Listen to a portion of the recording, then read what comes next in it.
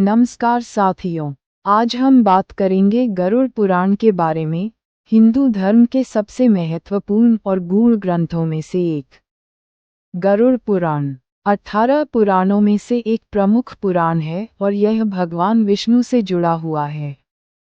इसका नाम पड़ा गरुड़ पुराण क्योंकि इसमें भगवान विष्णु और उनके वाहन गरुड़ जी के बीच हुए संवाद का वर्णन है।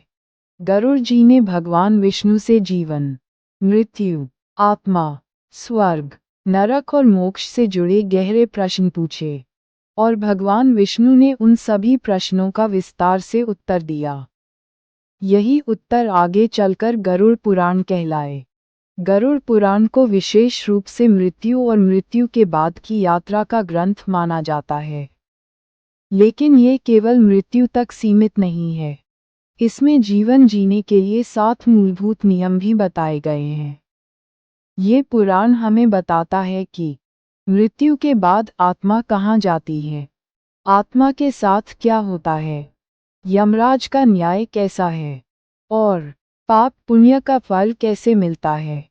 साथ ही ये सिखाता है कि इस जीवन में हमें कैसे व्यवहार करना चाहिए। सत्य बोलना, माता पिता का आदर करना, दया करना और ईश्वर की भक्ति करना, यही जीवन का असली उद्देश्य है। हिंदू परंपरा में जब किसी की मृत्यु होती है तो 13 दिनों तक गरुड़ पुराण का पाठ किया जाता है, क्योंकि माना जाता है कि आत्मा मृत्यु के बाद कुछ समय तक घर में रहती है। ऐसे समय में गरुड़ पुराण का पाठ करने से आत्मा को शांति और मोक्ष का मार्ग मिलता है।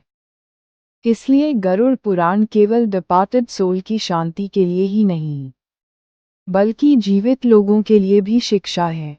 ये हमें याद दिलाता है कि जीवन क्षणभंगुर है, आज हम हैं, कल नहीं।